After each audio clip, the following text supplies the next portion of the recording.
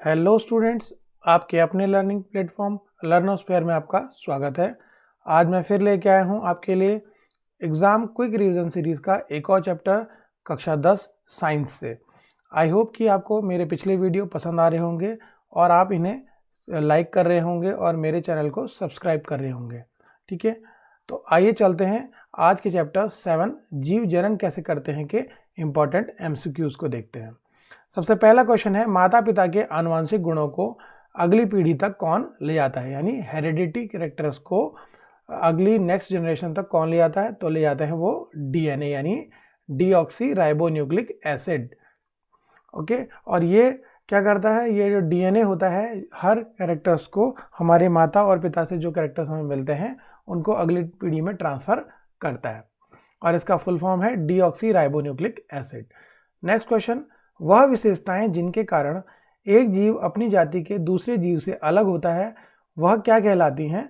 तो वो कहलाती हैं विभिन्नताएं यानी वेरिएशंस, जिनके कारण है एक स्पीसीज का जो ऑर्गेनिज्म है वो अपनी ही स्पीसीज के दूसरे ऑर्गेनिज्म से अलग होता है। उनकी आदतें और व्यवहार कुछ अलग होते हैं। किसके कारण? विभिन्नताओं के कारण यानी वेरिएशन के कारण। और ये वेरिएशन क्यों उत्पन्न होती हैं? ये वेरिएशन उत्पन्न होती हैं जब DNA जो कॉपी होता है पेरेंट्स से, तो क्योंकि हमें पेरेंट्स से ही DNA अपना मिलता है, DNA मिलता है हमें माता और पिता से। तो जब वो कॉपी होता है उस वक्त, तो उसी वक्त कुछ वेरिएशंस आ जाती हैं, विभिन्नताएं आ जाती हैं।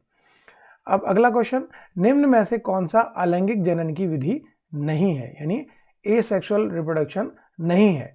तो द्विगणन है, पुनरुद्भवन भी है और मुकुलन यानी बडिंग भी है, यानी बाइनरी फिशन, रीजनरेशन और बडिंग तीनों अलैंगिक जनन की विधि है। लेकिन परागण यानी पॉलिनेशन जो है वो एक लैंगिक जनन यानी सेक्सुअल रिप्रोडक्शन का प्रोसेस है।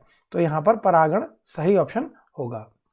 अगला क्वेश्चन, मुकुलन यानी बडिंग की अलैंगिक जनन विधि किसमें पाई जाती है? यानी जो बडिंग है वो किसमें होता है? अमीबा में। इसमें तो बाइनरी फिशन होता है यानी द्विगुण होता है और द्विखंडन होता है, और प्लाज्मोडियम में बहुखंडन और हाइड्रा में मुकुलन। तो इसमें हाइड्रा में जो होता है वो मुकुलन यानी बडिंग की प्रोसेस होती है, जिसमें एक हाइड्रा से छोटा सा उभार यानी आउटग्रोथ निकलता है और पूरा एक अलग हाइड्रा बन जाता है और बड़ा होने पर यह मुख्य जीव से अलग होकर के एक दूसरा हाइड्रा बना लेता है।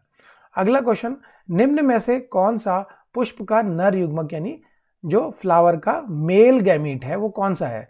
तो फ्लावर का मेल गैमीट होता है पराग कण यानी पॉलन ग्रेन्स। ठीक है, तो मेल गैमीट यानी नर युग्मक होता है परागकण और मादा युग्मक होता है अंडाशय के अंदर जो अंडाणु होते हैं यानी बीजांड जो होते हैं वो मादा युग्मक यानी फीमेल गैमीट होते हैं। अब नेक्स्ट क्वेश्चन देखें, तो इसमें हम कुछ अलैंगिक जनन की विधियों को देख लेते हैं। जैसे अमीबा में द्विखंडन, तो अमीबा यहाँ पर देखिए 1 से 2 टुकड़ों में टूट जाता है। ठीक है, तो इसे कहते हैं द्विखंडन। इसी प्रकार से लीशमानिया में भी द्विखंडन होता है यानी एक जीव का टूट करके 2 में बट जाना। और प्लाज्मोडियम जो कि एक मलेरिया पैरासाइट है यानी मलेरिया परजीवी होता है, उसमें बहुखंडन होता है यानी एक जीव का अलग बहुत सारे टुकड़ों में टूट कर नए जीव का बनना कहलाता है बहुखंडन, मल्टीपल फिशन। अगला है हाइड्रा में मुकुलन। ये विधि जैसे हमने अभी बताया था कि हाइड्रा में बडिंग होती है, तो यहाँ से एक उभार निकला और ये छोटे से और बड़े हाइड्रा में बदल गया और लास्ट में क्या होगा, ये यहाँ से अलग हो जाएगा इसमें से और एक दोनों हाइड्रा अलग अलग बन जाएंगे, तो ये बडिंग कहलाता है। अगला है प्लेनेरिया में पुनरुद्भवन यानी रीजनरेशन, यानी अगर प्लेनेरिया को टुकड़ों में काट दिया जाए तो हर टुकड़ा एक नया प्लेनेरिया बन जाएगा यानी रीजनरेट कर जाएगा, पुनरुद्भवन हो जाएगा। तो ये है पुनरुद्भवन की अलैंगिक जनन प्रक्रिया।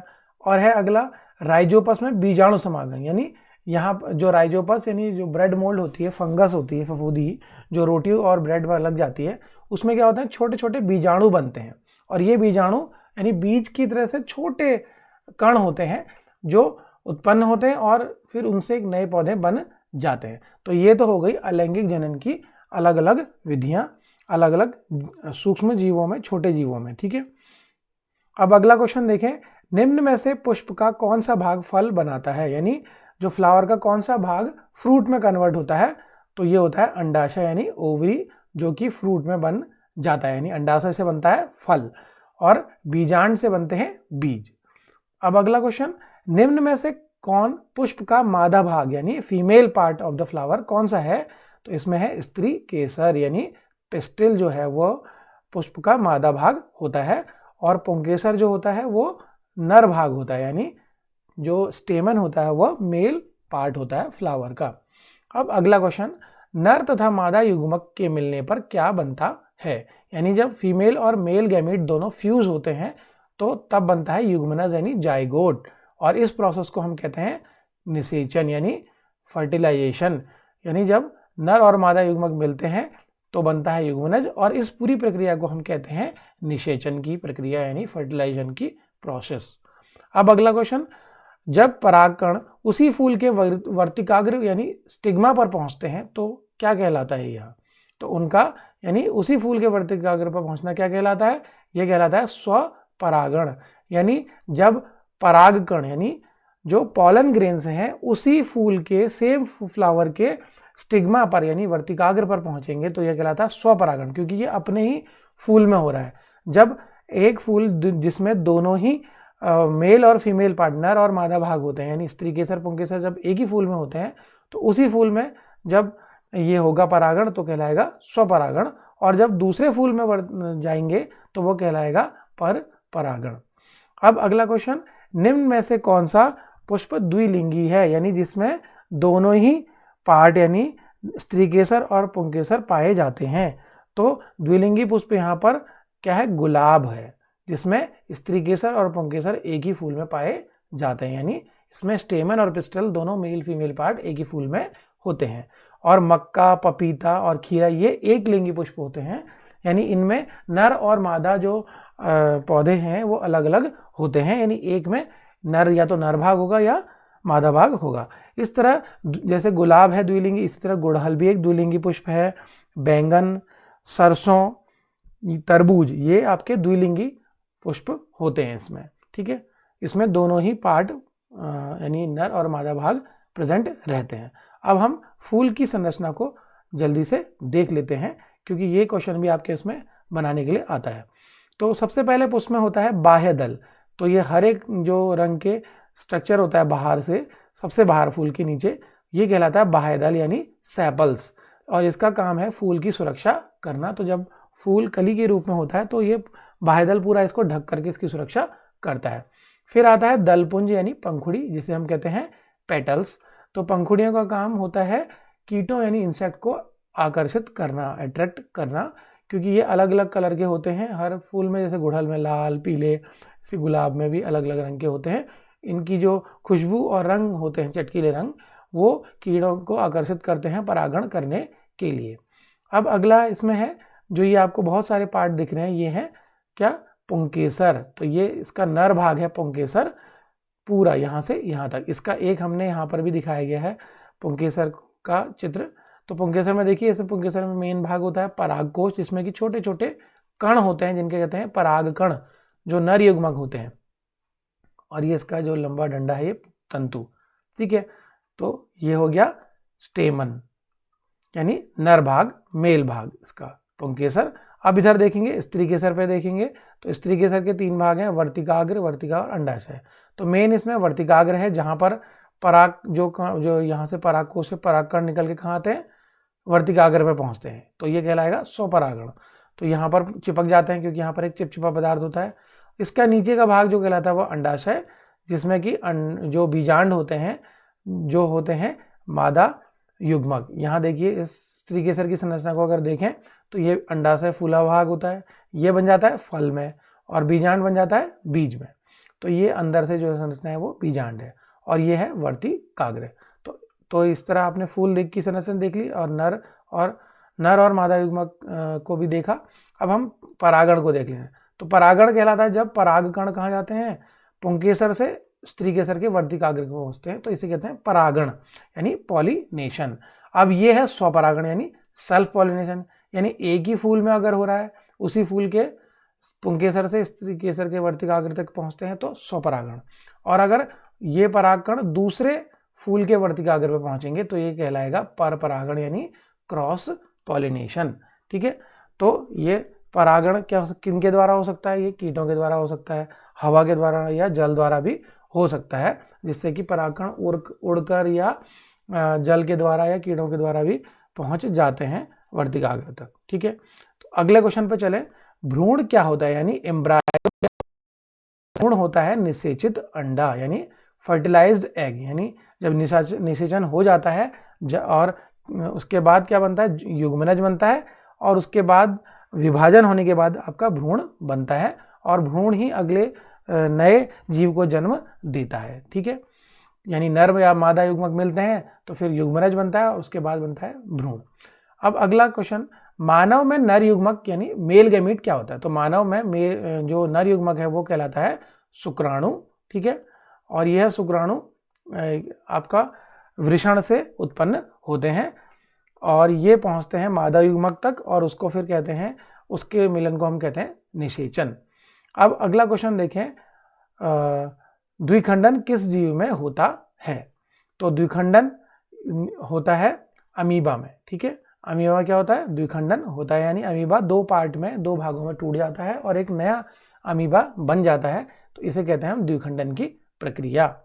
अगला क्वेश्चन है, बीजाणु द्वारा अलैंगिक जनन किस जीव में होता है? यानी स्पोर द्वारा जो एसेक्सुअल रिप्रोडक्शन होता है वो किस में होता है? वो होता है राइजोपस यानी ब्रेड मोल्ड में, यानी जो रोटी में लगने वाली फफूंद है, कवक है, उसमें क्या होता है? वो बीजाणु उत्पन्न करता है। जैसे हमने चित्र में देखा था, छोटे छोटे बीज के जैसे कण होते हैं, उससे नए पौधे जन्म लेते हैं फफूंदी के यानी राइजोपस के। अगला है कायिक प्रवर्धन क्या है? तो कायिक प्रवर्धन है पौधे के कायिक भागों से। कायिक भाग यानी जो फूल को छोड़कर, फूल तो जनन भाग हो गया, अब कायिक भाग यानी शरीर से, जो यानी पौधे के शरीर से, यानी जड़ से, तने से, पत्ती से अगर नए पौधे बनते हैं तो ये कहलाएगा कायिक प्रवर्धन। तो आपका ये आंसर ठीक हो जाएगा कि फूल के कायिक भागों से नए पौधों का विकास कहलाता है कायिक प्रवर्धन। ठीक है, अब अगला क्वेश्चन देखें, कायिक प्रवर्धन की विधियां यानी वेजिटेटिव रिप्रोडक्शन के मेथड क्या हैं? तो कलम लगाना, दाब लगाना, बीज ये नहीं है। कलम लगाना, दाब लगाना और फूल ये नहीं है, क्योंकि ये लैंगिक जनन हो गए। कलम लगाना, दाब लगाना, रोपण, ये आपकी क्या है? कायिक प्रवर्धन की विधियां हैं, तो ये आपका सही हो जाएगा। कलम लगाना, जैसे हम गुलाब, गुड़हल की कलम यानी काट करके उनको लगा देते हैं, तो ये कहला कलम लगाना। दाब लगाना यानी फूलों की कुछ टहनियों को, किसी पौधों की, उनको दबा देते हैं और वहाँ से जो मिट्टी में दबाने पर नई जड़ें निकल आती हैं और बाद में उसको काट के अलग कर देते हैं, तो ये नया पौधा बन जाता है, इसे कहते हैं दाब लगाना। इसी तरह रोपण भी ये कायिक प्रवर्धन की विधियां हैं। अगला क्वेश्चन, विकसित होते हुए भ्रूण को माँ के रक्त से पोषण मिलता है, तो इसके लिए जो विशेष संरचना होती है उसे क्या कहते हैं? तो हम सभी अपने माँ के पेट में जब होते हैं एक भ्रूण की तरह, छोटे विकसित भ्रूण की तरह, तो हमें अपने माँ के रक्त से पोषण मिलता है। जो भी भोजन है वो हम माँ के खून से लेते हैं, तो उसमें एक तस्तरी की तरह, प्लेट की तरह संरचना होती है, जिसे हम प्लेसेंटा कहते हैं। तो यह हमारी माँ के गर्भाशय में होती है, जिससे कि हमारा पूरा भोजन, हमें पोषण मिलता है। ठीक है, अब अगला है निषेचन क्या है यानी फर्टिलाइजेशन क्या है? तो नर और मादा युग्मकों का मिलन कहलाता है निषेचन। जैसे फूल में देखें तो पुंकेसर के जो परागकण होते हैं वो कहलाते हैं नर युग्मक, और जो बीजांड होते हैं मादा युग्मक। तो जब पुंकेसर से जो परागकण हैं वो जाते हैं बीजांड तक, तो इसको कहते हैं हम निषेचन। इसी तरह मानव में जो नर युग्मक होता है ये शुक्राणु, तो ये कहाँ तक जाता है? अंडाणु तक जाता है मादा के, और जब उस तक पहुंचकर दोनों कोशिकाएं मिलती हैं तो इन्हें भी हम कहते हैं निषेचन। ठीक है, अब अगला है परागण क्या है यानी पॉलिनेशन। What is pollination? तो परागण होता है पराग कणों का परागकोश से वर्तिकाग्र तक स्थानांतरण। हमने फूल में देखा कि जब परागकण पुंकेसर से निकलकर कहाँ जाते हैं? वर्तिकाग्र तक, स्त्री केसर के वो पहुंचते हैं। इस प्रक्रिया को हम कहते हैं परागण यानी पॉलिनेशन। तो ये पहला आपका ऑप्शन ठीक हो जाएगा। अब अगला क्वेश्चन है, निषेचन के बाद बीजांड किसमें विकसित होता है? यानी जब फर्टिलाइजेशन हो जाता है, नर मादा युग्मक मिल जाते हैं, तो उसके बाद बीजांड से क्या बनता है? तो बीजांड से बनते हैं बीज यानी सीड्स बनते हैं। तो ओव्यूल से बनते हैं सीड्स, तो ये आपका ऑप्शन ठीक हो जाएगा। ठीक है, तो इस तरह आपने आज चैप्टर 7 के इम्पॉर्टेंट MCQs को देखा। तो आई होप कि आपको ये क्वेश्चन अच्छे लगे होंगे और आपकी काफ़ी जानकारी इस चैप्टर के बारे में बढ़ गई होगी। तो आप हमारे चैनल को लाइक करें और सब्सक्राइब करें और ज़्यादा से ज़्यादा इस वीडियो को अपने दोस्तों और क्लासमेट में शेयर करें ताकि वो भी आने वाली बोर्ड परीक्षा में ज़्यादा से ज़्यादा नंबर प्राप्त कर सकें। धन्यवाद।